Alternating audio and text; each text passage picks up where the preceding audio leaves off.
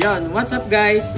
Update lang tayo sa binigay ni Boss Lucio kahapon sa atin. So, ito nga pala yung binigay ni Boss Lucio. Meron tayong CNC Mags na sponsor ni Boss Lucio. Then, binigyan niya tayo ng gulong. Meron din tayong sealant, sa tire sealant. Ito, binigay din ni Boss Lucio. Meron din tayong brake pad na ilalagay natin sa unahan. At ito yung prepito para kabit-kabit na lang, mabilis na. At ito yung brake shoe naman, palagay natin dito sa likod ng ating motor. So yun, i-update namin kayo dito sa susunod kung ano magiging tindig ng ating Mio Sporty. So kita-kits tayo mamaya. At yun guys, quick update ulit tayo sa ating pinagawa kanina. So kita naman natin kanina na nandun pa rin tayo dun sa kaninang magenta na aking mags.